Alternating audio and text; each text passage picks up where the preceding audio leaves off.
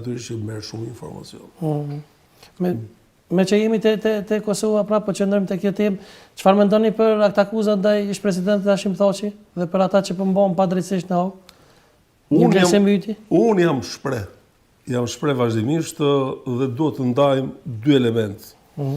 Që është një element institucional që ka të bëjë me gjykatën dhe parimi i një politikani dhe një shtetari është që asnjëherë të mos interferojë tek çështjet e drejtësisë.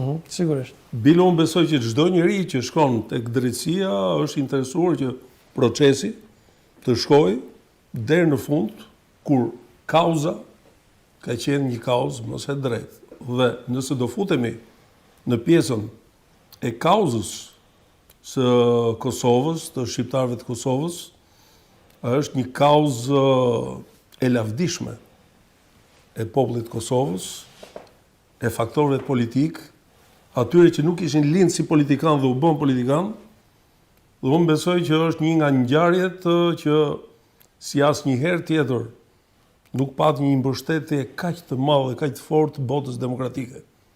Duke filluar nga Shtetet e Bashkuara të Amerikës, nga Shtetet Evropiane, dhe është një proces në vazhdim. Dhe unë jam bindur që historia, pavarësisht që ka pengesa, ka probleme, ka këndvështrimi të ndryshëm nga politikanë të ndryshëm, qoftë edhe të Europës. Ju e dini më mirë se unë se janë 5 shtete akoma në Bashkimin Evropian që nuk e kanë njoftë Kosovën. Por është një çështje në evolucion, është një çështje që nuk mund të ketë një Europë moderne me paragjykime.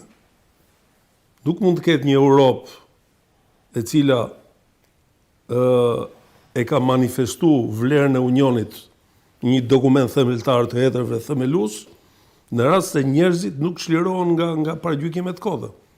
Unë kam parë dhe mënyrën e sjelljes së individëve që kur vjen puna për të luajtur edhe futboll me Kosovën, filloi dhe vend në diskutim statusin, ndërkohë që Kosova është pjesë e ligës zyrtare të futbollit evropian dhe botëror. Dhe unë besoj që disa gjëra që janë zyrtarizuar nuk ka nevojë të komentohen. Por kam bindjen tjetër që është, sikur se thash, një proces në evolucion. Gjërat do të gjejnë vendin e vet. Historia e shqiptarisë, historia e Shqipërisë, e Kosovës dhe të gjitha viseve shqiptare nuk mund të deformohet e xhbot. Është një histori. Ne kemi nevojë që ta shkruajmë mirë historinë, të bim dakord për historinë tonë dhe të gjithë të flasim me një zë kur vjen puna për rrënjët e historisë tonë. Kjo është shumë e rëndësishme.